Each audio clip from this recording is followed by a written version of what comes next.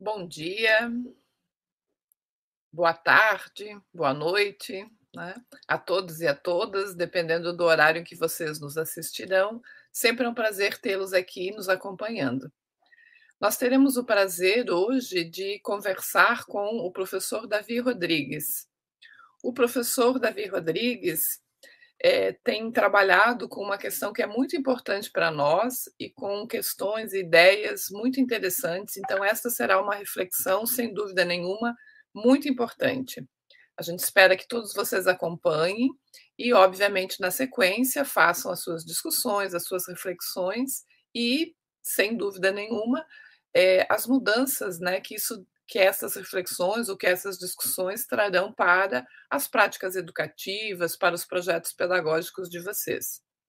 O professor Davi Rodrigues é professor de educação especial, trabalhou muitos anos, né, tem um currículo muito vasto, trabalhou muitos anos na Universidade de Lisboa, várias universidades, não só a Universidade de Lisboa, mas também várias universidades no Brasil, na Bélgica, na China, tem várias atividades, né? Tem várias publicações, tem muitos livros publicados, alguns publicados também aqui no Brasil. Tem vários artigos à disposição que vocês posteriormente poderão acessar na rede, na internet, né? Tem muitas, tem uma dedicação muito específica, né, para essa questão da educação inclusiva, então trabalhou em revistas com essa temática, faz conferências, sobre essa temática, e hoje, atualmente tem uma atividade relacionada ao fato de ser conselheiro, né, no Conselho Nacional de Educação, lá de Portugal. E nós temos um prazer imenso de receber o professor e acompanhar, né, as suas reflexões. Eu tenho certeza de que serão temáticas, que ele nos trará de muita importância. Então, desejo a todos vocês que acompanhem e ao professor boas-vindas. Professor Davi, por favor, fique bastante à vontade. Os que o assistem são professores e gestores das escolas, especialmente das escolas da rede estadual do estado de Santa Catarina, região sul do Brasil, que o senhor conhece também, mas, obviamente, a gente tem um público muito mais amplo em função de estar na rede, né, no YouTube da rede da Secretaria de Estado de Santa Catarina. Por favor, fique à vontade e a palavra é sua. Muito obrigado. Como é que eu não havia de estar à vontade a falar com professores? São pessoas que escolheram a mesma vida que eu escolhi e que têm a sorte e também as dificuldades que têm todas as pessoas que escolheram esta profissão e às vezes esta missão de ser professores. E eu queria agradecer à professora Cássia Ferri a apresentação que fez. Queria cumprimentar a Secretaria de Estado de Educação de Santa Catarina e, sobretudo, o projeto Gente Catarina, e dizer que para mim é um grande prazer estar aqui, porque tenho um coração dividido em duas partes quanto à nacionalidade. Eu sou português e sou brasileiro. Eu adoro o Brasil e há muitos anos que vou ao Brasil e sigo cotidianamente o que se passa no Brasil. Continuo a ter esse grande interesse. Ainda estive há 2 semanas atrás em Salvador, no Brasil. Viajo muito para o Brasil e sempre com um grande prazer e, sobretudo, com sempre a grande surpresa repetida de encontrar pessoas no Brasil, a generosidade das pessoas no Brasil e, sobretudo, a grande coragem que as pessoas têm no Brasil. Acho que às vezes é menosprezado esse aspecto. As pessoas e, sobretudo, os professores no Brasil são uma classe profissional com uma enorme coragem, porque muitas vezes são protagonistas improváveis perante situações muito difíceis. São pessoas que mantêm essa tenacidade, que mantêm essa coragem de ir à frente. E, portanto, queria cumprimentar os meus colegas de profissão, professores. Queria dizer-lhes, portanto, que eu vou falar um pouco sobre inclusão e o que me foi pedido foi também que eu não falasse de inclusão só na perspectiva dos alunos com necessidades educativas especiais, vulgo alunos com deficiência nas escolas, não é?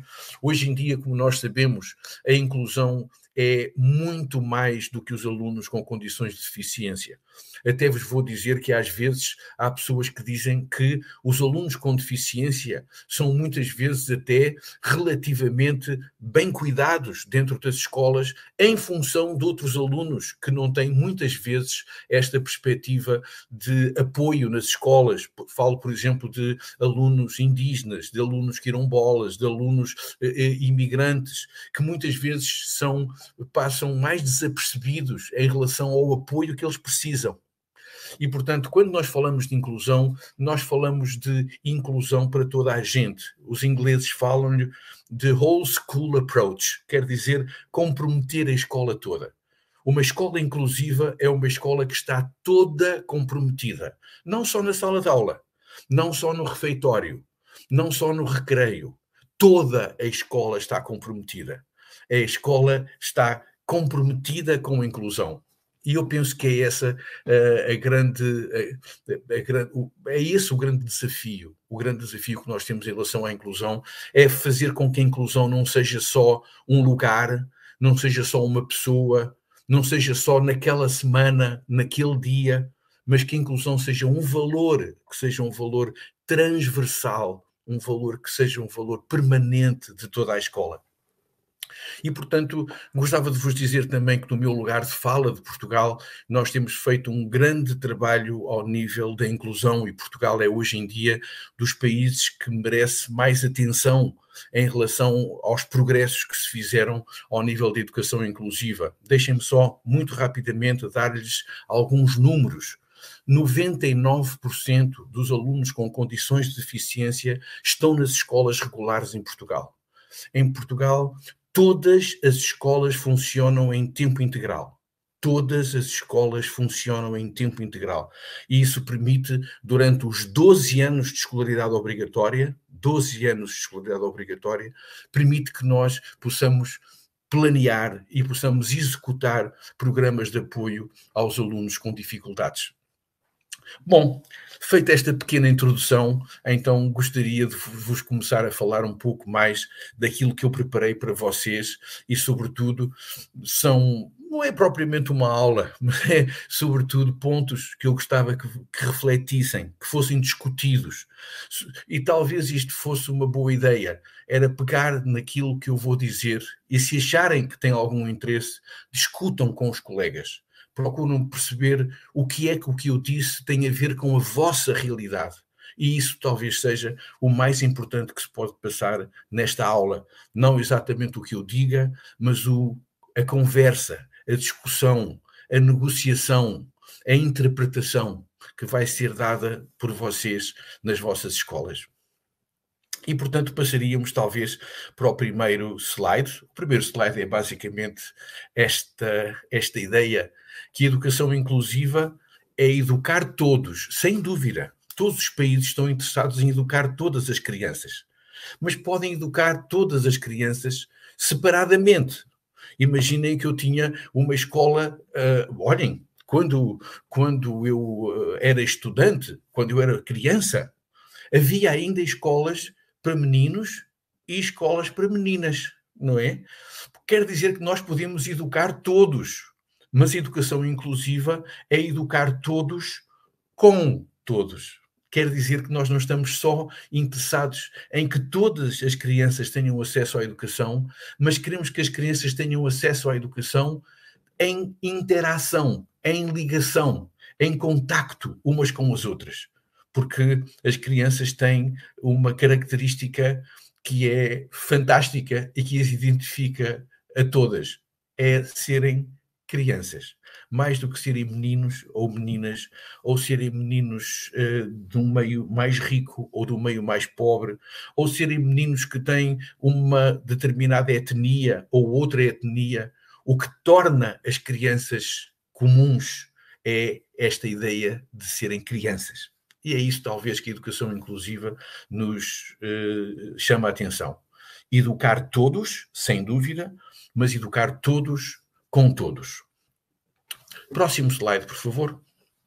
O que nós encontramos em termos da educação inclusiva é que, por vezes, há pessoas que dizem porque é que nós devemos de ter uma escola inclusiva? A outra escola não estava bem? E eu digo, não não estava bem. Nós precisamos mesmo de uma educação inclusiva e eu vou tentar dar-vos 4 razões pelas quais a educação inclusiva é uma educação que é mais eficaz, que é mais eficiente, que é mais humana, que é mais útil do que uma educação que não seja inclusiva. Em primeiro lugar, eu penso que a educação inclusiva é importante como combate à desigualdade. Combate à desigualdade. E gostava de lhes dizer que há uma grande diferença entre o que é diversidade e o que é a desigualdade. Porque é muito bom nós sermos diferentes, não é? É fantástico nós sermos diferentes, nós pensarmos de maneiras diferentes. Nós, por vezes, temos um problema, estamos a olhar para o problema e dizemos: aqui está, este problema só pode ser resolvido desta maneira. E há uma pessoa ao lado que diz assim: mas talvez pudesse ser resolvida de outra.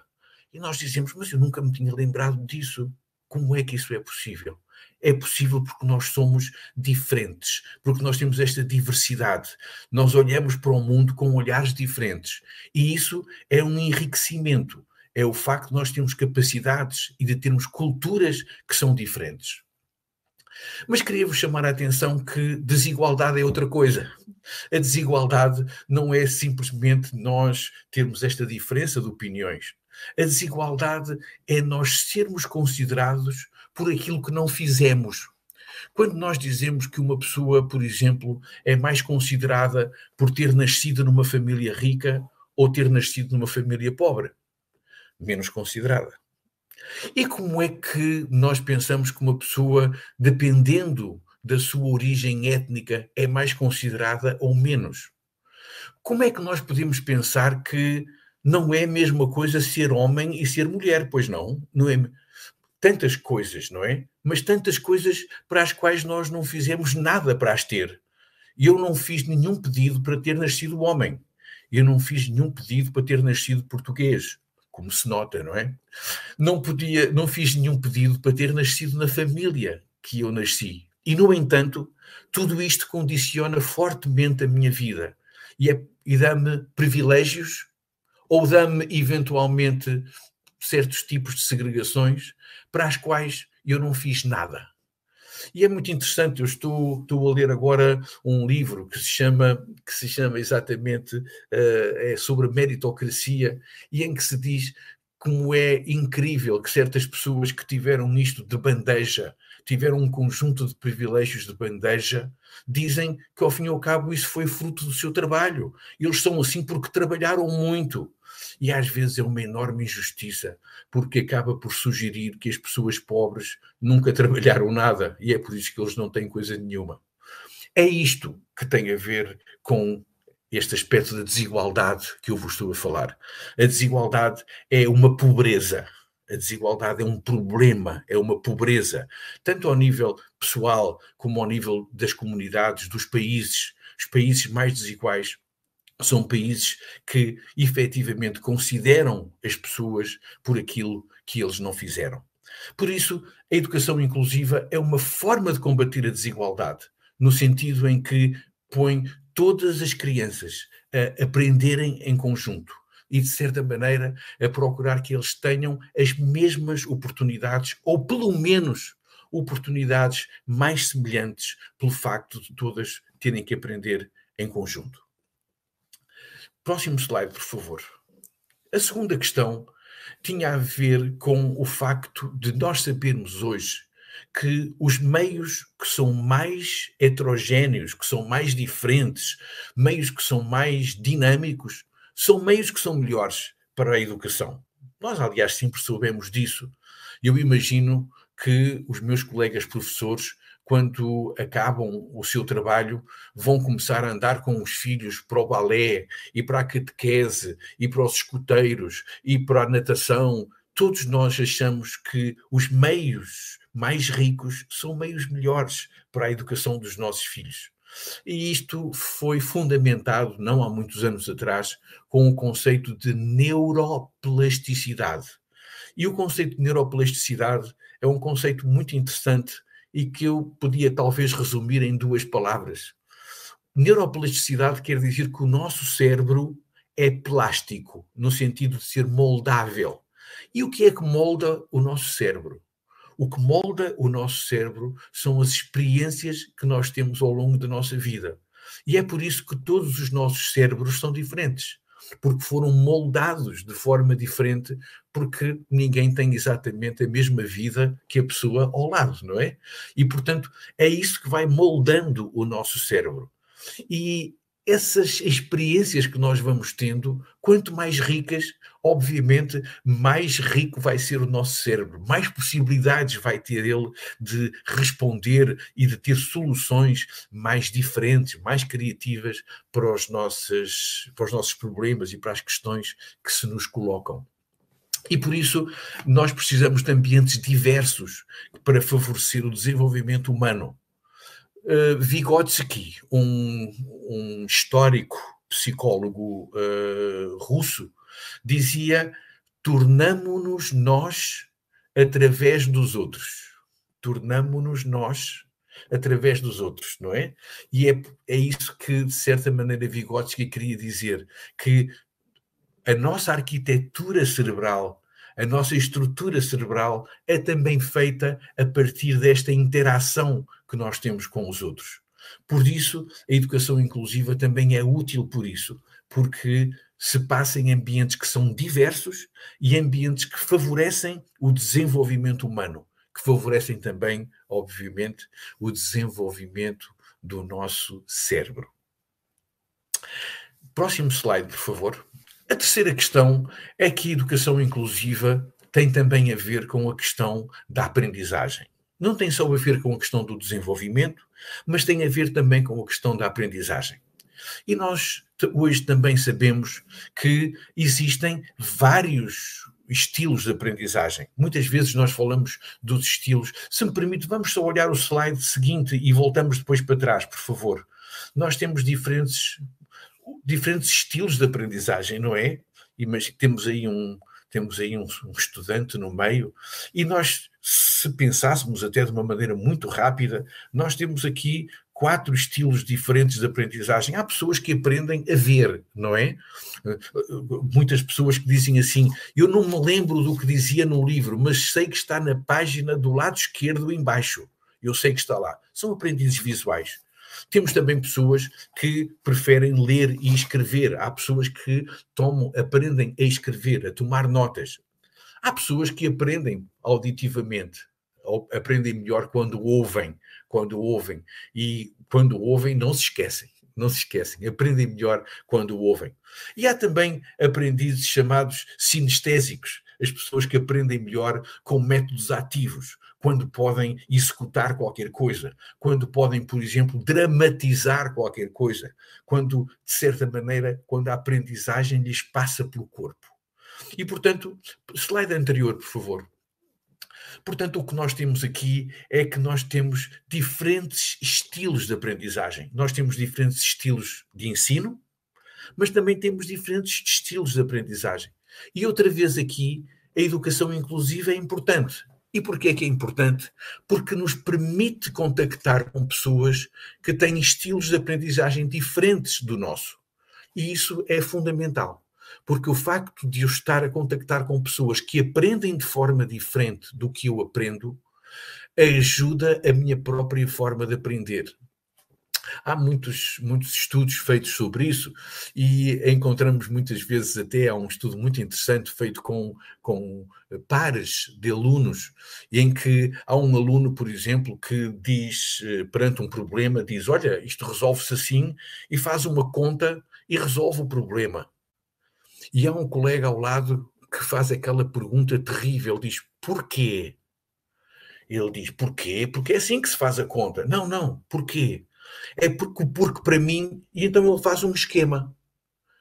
E aqui nós vemos, são 2 caminhos para resolver o mesmo problema. Um, através de uma solução, digamos, aritmética, e outro, através de uma solução que nós diríamos era uma solução gráfica.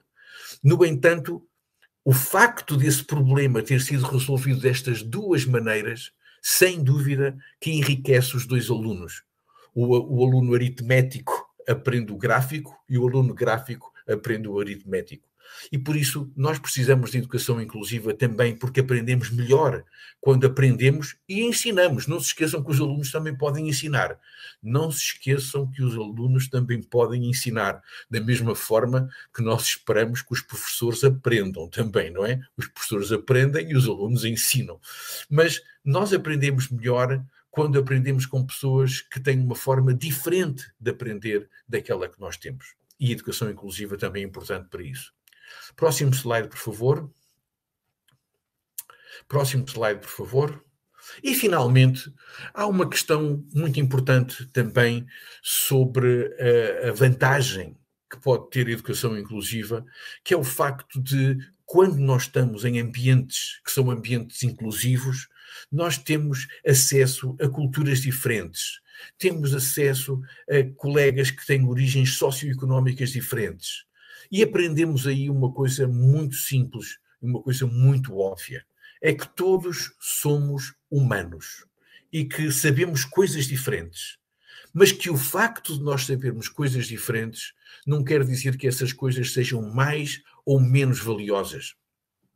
Deixem-me contar uma pequena história pessoal. Eu fui educado numa escola pública, claro. Deixem-me dizer que em Portugal a escola pública é uma escola tradicionalmente muito forte. Só para lhes dar uma ideia, cerca de 90% das crianças em Portugal estão em escolas públicas. As escolas públicas são escolas fortes e de certa maneira, de boa qualidade, não é?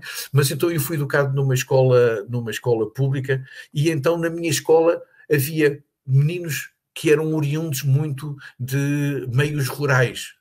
E vocês não acreditam o que eu aprendi com os meus colegas?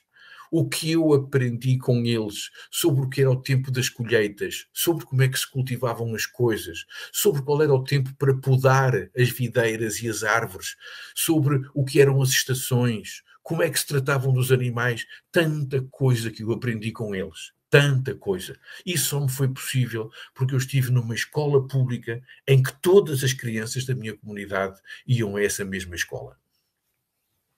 Portanto, estes 4 aspectos que eu acabei de vos apresentar são, de certa maneira, argumentos que nós podemos desenvolver para dizer que a educação inclusiva é uma educação de melhor qualidade. Tem potencial para ser uma educação de melhor qualidade. Claro que não estou a dizer que não haja problemas e que não haja dificuldades. Claro que há dificuldades. Sabem, uma das grandes dificuldades da educação inclusiva é porque as escolas não foram concebidas para serem escolas inclusivas. Nós estamos a tentar convertê-las em escolas inclusivas. As escolas não foram concebidas como escolas inclusivas. E isso é realmente fundamental, nós procurarmos dar esta perspectiva sobre qual é, entre aspas, o termo não é muito bom, superioridade, mas qual é a vantagem, qual é a importância, qual é a relevância de nós termos escolas que efetivamente tenham uma abordagem inclusiva. Eu gostava de vos falar agora, seguidamente, de alguns aspectos, digamos, mais centrados na escola, mais próximos do chão da escola, do cotidiano da escola, que nos podem talvez inspirar para irmos mais longe na educação inclusiva. São 5 aspectos que eu gostava de vos falar. Próximo slide, por favor. A primeira questão, próximo slide, a questão fundamental é esta de criar ambientes inclusivos. Sem dúvida, nós precisamos de criar ambientes inclusivos. Como eu disse há pouco, um ambiente inclusivo não é só a sala de aula que é inclusiva, é a escola que é inclusiva. E para uma escola ser inclusiva, muitas vezes tem que estar em relação também com a comunidade, não é? Com a comunidade que está à volta. E, portanto, tudo isso é o nosso objetivo, é a nossa luta, a nossa lida é exatamente como é que nós podemos criar ambientes inclusivos. E eu diria, talvez, que a primeira questão que nós temos que ter atenção para criar um ambiente inclusivo é no currículo. Eu conheço a realidade do Brasil também, e eu sei que no Brasil existe uma questão muito semelhante ao que se passa em Portugal e nos países europeus, em relação ao currículo. Os currículos são obesos, não é? Nós andamos sempre a dizer que temos que manter a nossa massa corporal ótima, é bom para a nossa saúde nós sermos magros, etc., ou pelo menos não termos excesso de peso, mas o nosso currículo tem excesso de peso. O nosso currículo é obeso. Cada vez que existe uma reforma do currículo, não se tira nada do currículo, juntam-se mais coisas ao currículo. E o nosso currículo está muito obeso. E depois tem aquela perspectiva de ser fixo, são aquelas questões, nada é negociável. O currículo é isto.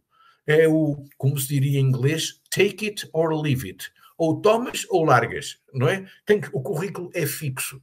E também é um currículo que tem um ritmo acelerado.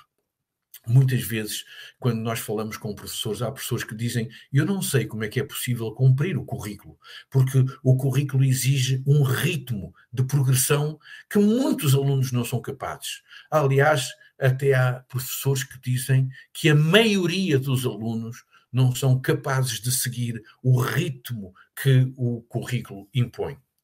E por isso nós precisamos de pensar num currículo que possa ser seguido por todos os alunos. Que possa ser seguido por todos os alunos. Eu costumava dizer, quando orientava estágios de professores, eu dizia sempre aos meus estagiários, aos meus alunos, para eles escreverem em frente à mesa onde eles trabalhavam, na parede, na mesa onde eles trabalhavam, uma frase que era a seguinte: quem é que este currículo vai excluir? Quem é que este currículo vai excluir? Quando nós planeamos o currículo, nós às vezes pensamos, pois é, mas há aqui 3 ou 4 meninos, 5, há 7, há 10 meninos que não vão conseguir seguir isto. Se eles não vão conseguir, por que é que nós damos esse currículo? Se eles não vão seguir, nós somos especialistas em aprendizagem, não é em falhanço. Nós somos especialistas em aprendizagem e por isso nós precisamos de um currículo que possa ser planeado de maneira a que todos os alunos possam seguir. Alguns professores certamente ouviram já falar do que se chama o desenho universal para a aprendizagem. Desenho é um mau termo porque vem do inglês design, não é? Eu chamar-lhe um planeamento universal da aprendizagem. E esse planeamento quer dizer que cada vez que nós procuramos dinamizar uma situação de aprendizagem, eu tenho que pensar que eu preciso de inventar novas formas de motivação, que eu preciso de encontrar formas de representação do conhecimento e preciso de reinventar formas de expressão das aprendizagens. Quer dizer que um aluno pode representar aquilo que aprendeu de formas diferentes e pode também exprimir aquilo que ele aprendeu de formas diferentes. Eu vou-lhes dar um exemplo. Num curso de doutoramento numa universidade aqui em Portugal, estava inscrita uma aluna brasileira do Nordeste. Aliás, há muitos alunos brasileiros inscritos em Portugal. O Brasil tem a maior comunidade de estrangeiros em Portugal, não é? Explodiu nos últimos anos. E nós tínhamos uma aluna do Nordeste do Brasil nesse curso de doutoramento. E quando nós falamos que era possível apresentar a disciplina, o que ela tinha aprendido na disciplina de várias maneiras, sabem o que é que ela fez? Ela apresentou-nos versos de cordel. E apresentou como se fosse uma história toda a rimar. E foi uma coisa genial, porque ela pegou exatamente na experiência que ela tinha, pegou naquilo que ela tinha aprendido e juntou as duas coisas e fez o que nós chamaríamos então a tal representação com um planeamento universal. Quer dizer que essa aluna, talvez, se eu obrigasse essa aluna a fazer um exame escrito, talvez ela tivesse tido uma má classificação. Se eu a obrigasse a ter um exame oral, talvez ela tivesse uma má classificação. E tinha uma má classificação não por não saber, mas porque a forma como eu tinha pedido para ela exprimir o que sabia era uma forma errada, era uma forma que ela não estava habituada a isso. E o que nós descobrimos com os versos de cordel é que ela sabia tudo, e sabia tudo e muito bem. mas simplesmente ela precisou de ter esta oportunidade para se exprimir da sua melhor forma. Portanto, eu diria que a primeira questão é esta: criar ambientes inclusivos. Vamos começar por mexer no currículo. Próximo slide, por favor. A segunda questão é: nós precisamos também de ter uma atenção particular aos nossos alunos. Sem dúvida. Aliás, o currículo também é sobre os alunos, mas aos alunos como pessoas. E vocês reparem, nós temos um grande obstáculo, que é a procura de homogeneidade. Eu não sei de onde é que veio esta ideia, que é uma ideia completamente estranha, que é nós procurarmos homogeneidade em pessoas. Se realmente há coisa que empobrece as pessoas, é a homogeneidade, não é? Porque é que nós na escola às vezes dizemos: pois é, o meu problema é que a minha classe é muito heterogénea. O problema é que a escola é muito heterogénea. Isso não pode ser um problema. Isso não pode ser um problema. O problema é eu não ter respostas para responder à heterogeneidade. Isso sim, isso é um problema. Mas a homogeneidade, a falta de homogeneidade não pode ser um problema. E vocês reparem, quando nós procuramos a homogeneidade, nós sabemos que a homogeneidade beneficia mais o ensino do que a aprendizagem. Nós sabemos que se tivermos uma turma homogénea, nós podemos ensinar de uma certa maneira, mas não temos nenhum dado que os alunos aprendem melhor em classes homogéneas. Portanto, a homogeneidade beneficia mais o ensino do que beneficia a aprendizagem. Depois a questão da homogeneidade, às vezes nós fazemos umas turmas melhores, umas turmas mais fracas, com aquela desculpa: pois as turmas mais fracas são aquelas que vão ter mais apoio. Não é verdade. Não é verdade, porque muitas vezes esse apoio é um apoio que é dado, que é um apoio que não é de boa qualidade. E muitas vezes é um apoio que nós até nos esquecemos que é preciso dar. E quando nós fazemos essa separação, nós estamos a criar identidades que são depois muito difíceis de desvanecer. Por exemplo, de andar numa escola em que os meninos melhores são da turma A ou da turma 1.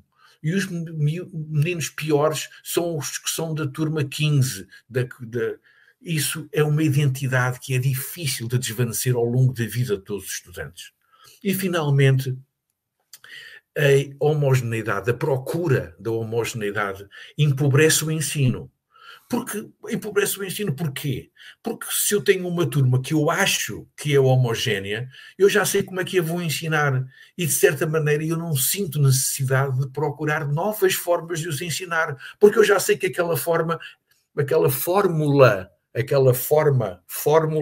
é mais ou menos fixa e funciona, e por isso porque é que eu vou estar a procurar outras coisas?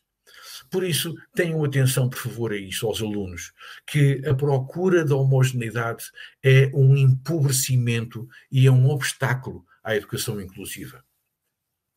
Próximo slide, por favor. A terceira questão em relação aos ambientes... ainda havia uma segunda questão, uma segunda opinião sobre os alunos.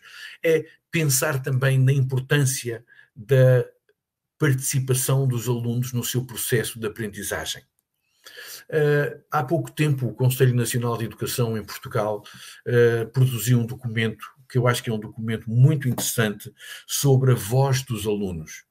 E, em 2 palavras, quando eu digo em 2 palavras, porque o documento tem talvez 30 páginas, mas em 2 palavras, o que se diz é que a voz dos alunos é importante não só para nós ouvirmos os alunos sobre o que é a gestão da escola, sobre como é que a escola deve funcionar, é importante isso, mas é fundamental ouvir a voz dos alunos no processo de aprendizagem. Como é que eu posso aprender qualquer coisa se eu não puder falar sobre ela? Se eu não puder interagir, se eu não puder negociar, se eu não puder perguntar, se eu não puder ter dúvidas, se eu não puder argumentar em relação a isso? E por isso é fundamental que as nossas escolas, à procura do que são ambientes educativos inclusivos, é muito importante que eles deem esta importância, este lugar, esta dignidade à voz das crianças. Não só uma voz para eles se pronunciarem sobre o que é o funcionamento da escola, mas também para eles terem uma intervenção clara sobre o seu próprio processo de aprendizagem. Agora sim, próximo slide para o ponto 3. Ainda nos ambientes educativos inclusivos, queria chamar-vos a atenção para a importância da comunicação. Muitas vezes nós somos um pouco negligentes em relação à comunicação, dizendo, bom, nós falamos de qualquer maneira porque são crianças, eles não levam a mal, eles não se importam, não tem importância. E eu queria vos dizer que sim, tem importância. E nós muitas vezes temos uma comunicação que é uma comunicação normativa e que é reprodutora de estereótipos sociais, de desigualdades sociais. Eu vou-lhes dar um exemplo. Não há muito tempo me contaram que um menino que vinha de um meio bastante pobre, imaginem, do bairro, vamos chamar o bairro Sofia. Ele morava num bairro que era o bairro Sofia. E era um bairro muito pobre, um bairro com muitos problemas sociais. E um dia, esse menino, na escola, ele fez um teste de matemática, e esse menino era notável a matemática, e ele teve o melhor teste da turma. E a professora, quando foi distribuir o teste, virou-se para ele e disse, olha, tu, apesar de vires do bairro Sofia, tu és bom a matemática. E é interessante que a professora pensou certamente que estava a fazer uma grande coisa, que estava a elogiar o aluno. Se calhar no coração dela era isso que ela queria dizer. Mas ela não estava a ter atenção que a comunicação estava a reproduzir aquele estereotipo que todas as pessoas do bairro Sofia são maus alunos, causam problemas, têm isto, isto é, que não há nada de bom a esperar das pessoas que vêm do bairro Sofia. E aqui está, ter este cuidado para nós termos uma comunicação positiva, uma comunicação que seja encorajadora, de base humanista,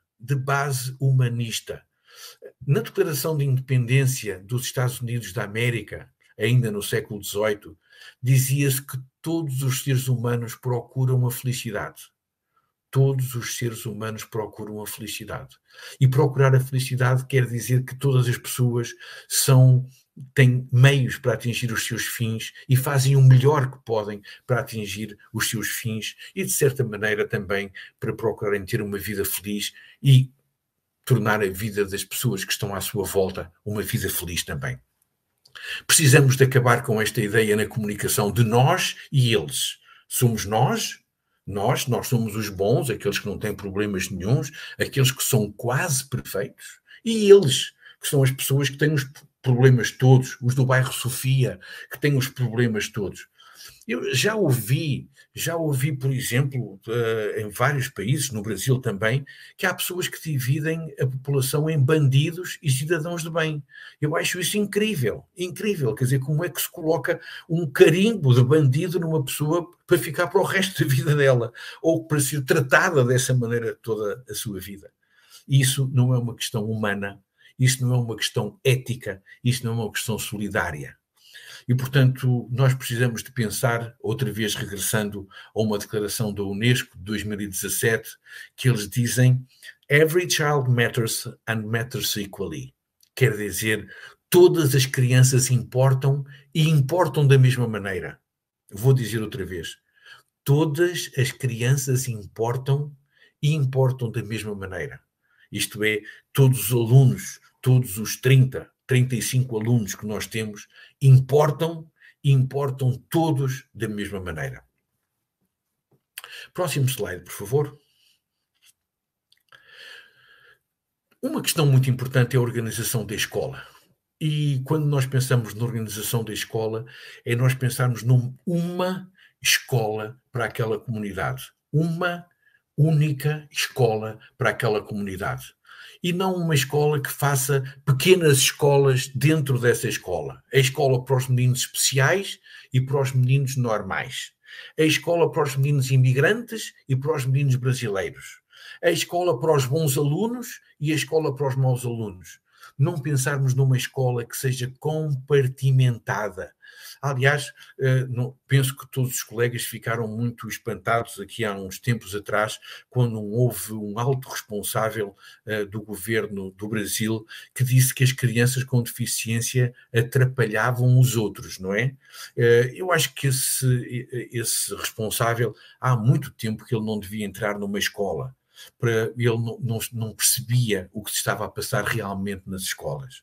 E, portanto, nós temos que pensar que uma escola tem que ser uma escola que seja flexível, de maneira a abarcar, a ser hospitaleira para todas as crianças, a receber bem, com os braços abertos, todas as crianças. Não pensar numa escola para normais, uma escola para estes e uma escola para aqueles, uma escola para nós ou uma escola para eles. E gostava de vos dizer que todos os professores são professores de educação inclusiva. Nós às vezes pensamos, pois é, eu sou professor, mas depois tem lá um professor que vem tratar da educação inclusiva. Não, a educação inclusiva é com todos os professores. E são professores que precisam de apoio. E por isso nós precisamos de apoio para sermos professores de educação inclusiva, para continuarmos a ser professores de educação inclusiva, para ainda sermos melhores professores de educação inclusiva. É para isso que nós precisamos de apoio. E temos que pensar que o apoio educacional especializado, por exemplo, não é uma escola especial, mas é, sobretudo, um apoio que tem de haver à escola e aos professores. Os meninos com dificuldades não pertencem ao apoio educacional especializado, pertencem à escola. Eles não estão matriculados no apoio educacional especializado, eles estão matriculados na escola. E nós precisamos do apoio educacional especializado para apoiar a escola, para apoiar os professores de educação inclusiva, que são todos os professores. Precisamos, obviamente, de recursos na escola, precisamos de recursos na sala de aula, precisamos de recursos para apoiar os professores de educação inclusiva, repetindo, todos os professores. E passaria agora, próximo slide, por favor, passaria agora para o último aspecto, que é a importância das políticas públicas. A importância das políticas públicas. Deixem-me dizer-vos que eu penso que no meu país nós temos uma experiência que nos mostrou qual é a importância das políticas públicas. Quer dizer que muitas vezes nós ouvimos pessoas responsáveis que fazem grandes declarações de amor em relação à educação, dizendo que a educação é fantástica e que é prioridade e etc. Mas quando nós vamos ver, depois essas declarações não chegam às escolas. Não chegam às escolas e nós encontramos por vezes escolas, ainda agora visitei recentemente escolas, que às vezes nós nos perguntamos, mas esta escola é de onde? Esta escola é de onde? Isto é de um país, de um grande país como o Brasil, de um país com uma grande economia como o Brasil, ou é de outro país? E nós precisamos de pensar que precisamos de políticas públicas para fortalecer a escola pública. Às vezes no Brasil há muita gente que me pergunta o que é que o senhor acha que é preciso fazer para a educação inclusiva? E eu digo, a primeira coisa que há a fazer é fortalecer a escola pública. Nós temos uma escola pública que seja forte. E eu vou-lhes dar um exemplo. No meu país, quando nós fizemos o esforço de que todas as escolas funcionem em tempo integral, isso foi um investimento tremendo na educação. Implicou mais professores, implicou mais escolas, implicou, de certa maneira, às vezes até quase duplicar recursos. Mas isso foi fundamental, porque quando eu tenho uma escola que funciona em tempo integral, eu tenho tempo para apoiar os alunos que têm dificuldades, eu tenho tempo para entender os alunos, tenho tempo para trabalhar com eles, tenho tempo para que eu possa trabalhar na inclusão deles na escola.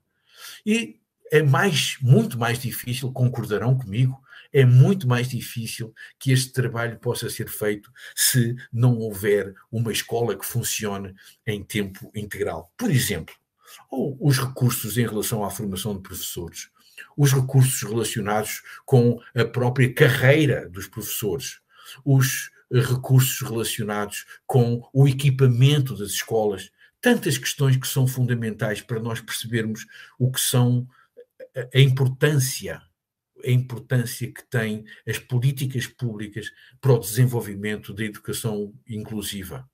Políticas públicas, escola pública, educação inclusiva. É como se houvesse aqui um seguimento e uma ligação. E talvez nós precisemos de um investimento mais urgente em criar um sistema de educação público que seja forte. Talvez em pensar em mais escolas em tempo integral.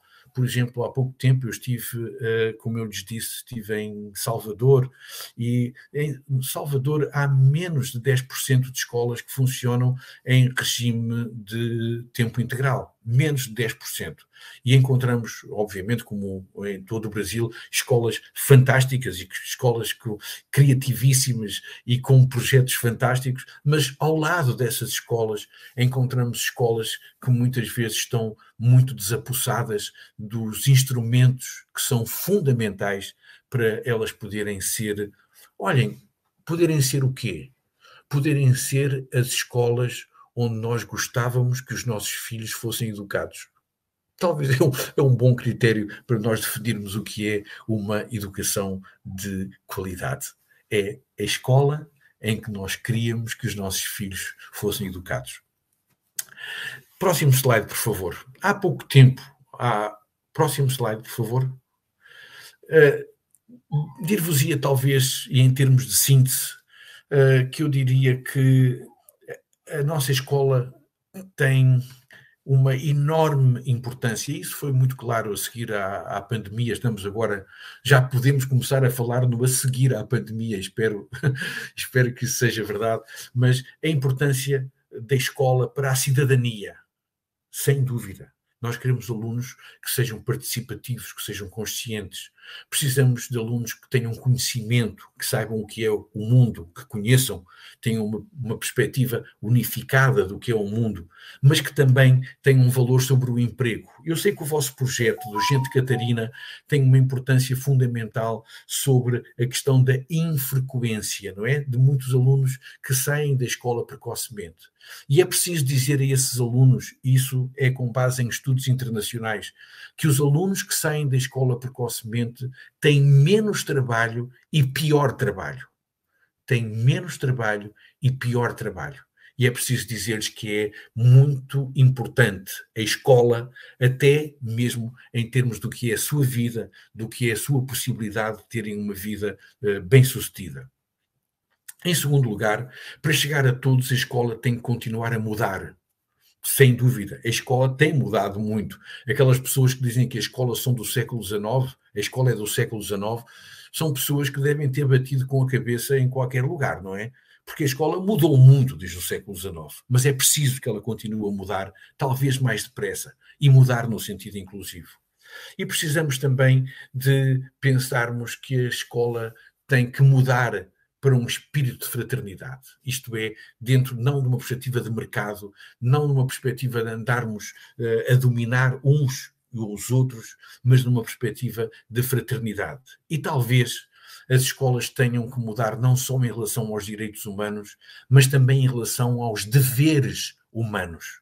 E talvez o maior dos deveres humanos é assegurar os direitos humanos a todos os seus semelhantes. Repito, o maior dever humano é assegurar os direitos humanos a todos os seus semelhantes. Próximo slide, por favor. Recentemente, um teólogo publicou, aliás, há menos de 2 semanas, publicou um artigo num jornal em Portugal em que ele falava exatamente desta perspectiva da educação. E eu gostava de encerrar esta minha conversa convosco falando só uma frase do que o Frei Bento Domingues escreveu sobre educação. Ele dizia: acontece que os nossos alunos são educados nas famílias e na escola, não para se tornarem competentes em servir, mas para se tornarem competentes em dominar os outros. Eu penso que isto que é uma fantástica lição sobre quais são os objetivos, para que é que nós precisamos de uma educação efetivamente inclusiva. Muito obrigado e um grande abraço para todos.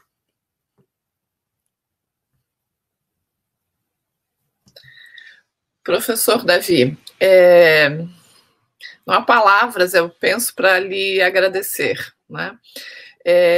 Além de ser uma fala extremamente tranquila, né, que nos acalma e que coloca as ideias de uma forma muito didática, muito adequada, né? Muitas das suas afirmações, elas vêm ao encontro dos estudos que os professores do estado de Santa Catarina já fazem há algum tempo em relação à educação inclusiva. Mas, principalmente, né, reforçam essas nossas ideias, colocam ênfase em alguns detalhes muito importantes. Eu penso que nós fomos plenamente atendidos assim pela sua fala, não só no âmbito do programa Gente Catarina, mas no âmbito de todas as escolas da rede, e a gente certamente tem aí, novamente, com a sua fala, com os seus argumentos, material para revisarmos, para pensarmos, para reorganizarmos muito das nossas questões. Eu não vou chamar a atenção de tudo aqui, porque certamente teria que fazer mais 50 minutos de fala, e não é o nosso caso, né? Mas eu queria chamar muito a atenção assim, para nós e para todos os professores que vão lhe assistir, que estão lhe assistindo, vão lhe assistir. A sua primeira fala em relação ao combate à desigualdade e a compreensão do que é desigualdade, do que é diferença, do que é diversidade. Eu penso que é fundamental que a gente reforce essas compreensões. A questão da neuroplasticidade, que nós estamos estudando há tantos anos na proposta curricular do Estado de Santa Catarina e faz parte do escopo dos fundamentos teórico-metodológicos que nós utilizamos, né? Mas, na sequência, né, o senhor foi colocando questões fundamentais, e eu ressaltaria aí a questão do currículo, né, porque, como o senhor sabe, nós estamos passando pela reorganização da Base Nacional Comum Curricular, e é exatamente como o senhor coloca, obesa, fixa, né, e várias coisas que a gente precisa rever. E, especialmente, eu vou chamar especialmente o fator da comunicação. Eu acho que quando o senhor nos chama a atenção em relação à comunicação, ela é muito importante, e do modo como a gente conhece as escolas do Estado, certamente isso precisa ser de novo, e de novo, e de novo, refletido e repensado e trabalhado, né? Então, eu queria novamente lhe agradecer, dizer que a sua contribuição foi fundamental, que nós nos sentimos especialmente agraciados pela sua fala, desejar aí, né, pedir para o senhor fazer aí suas últimas considerações, se despedindo, mas já de pronto lhe agradecer demais pela sua participação aqui conosco e nessas atividades de formação dos professores da rede estadual do Estado de Santa Catarina. Muito obrigada, professor. Eu não teria muito mais para acrescentar, mas talvez repegar alguma coisa que eu disse no princípio. Eu penso que isto que é só o primeiro pontapé para começar o jogo, não é? É só o primeiro pontapé. Realmente o importante depois é fazer a tradução, fazer a transposição disto que é dito para o cotidiano das escolas e pensar o que é que, do que foi dito, o que é que nós concordamos, o que é que nós não concordamos tanto, o que é preciso fazer para levar isto à frente, ou o que é preciso fazer para evitar que isto se passe. E eu acho que é esta questão fundamental que, de certa maneira, também tem a ver com a colaboração dentro da escola. A colaboração, o étimo latino de colaboração é con-labore ação, não é? A ação de trabalhar em conjunto. Con-labore ação. E eu acho que agora o que falta aqui, a seguir, e que talvez seja, talvez não, tenho a certeza que é o mais importante, é a colaboração para conversar, para digerir, para encarnar, para tornar uma prática aquilo que eu falei aqui. Gostava de dizer que é um grande prazer estar a falar convosco e queria desejar-vos a continuação de coragem. como eu digo, muitas vezes nós lembramos-nos no Brasil, quando estamos de fora, lembramos-nos no Brasil da alegria, da positividade das pessoas, e raramente nos lembramos da grande coragem que tem o povo brasileiro e que tem os professores. A grande coragem que eles têm para levar à frente o sonho de tantas crianças, e muitas vezes em condições que são tão difíceis, em condições que são uma verdadeira floresta amazónica para procurar romper lá por dentro. E por isso eu quero celebrar aqui a coragem dos professores do Brasil e mandar um grande abraço para vocês aqui da terrinha de Portugal. Muito obrigada, professor, mais uma vez, e a gente deseja a todos aí bom estudo, bom trabalho, boas reflexões, que essas palavras nos ajudem a, como disse o professor, dar esse pontapé com muita coragem para a gente poder reverter aí algumas questões importantes que estão acontecendo no nosso estado, e eu tenho certeza de que mais iluminadas agora pela sabedoria, pelas palavras do professor Davi. Bom trabalho a todos. Fiquem Muito obrigado. bem. Até outra vez. Saúde. Obrigada, professor.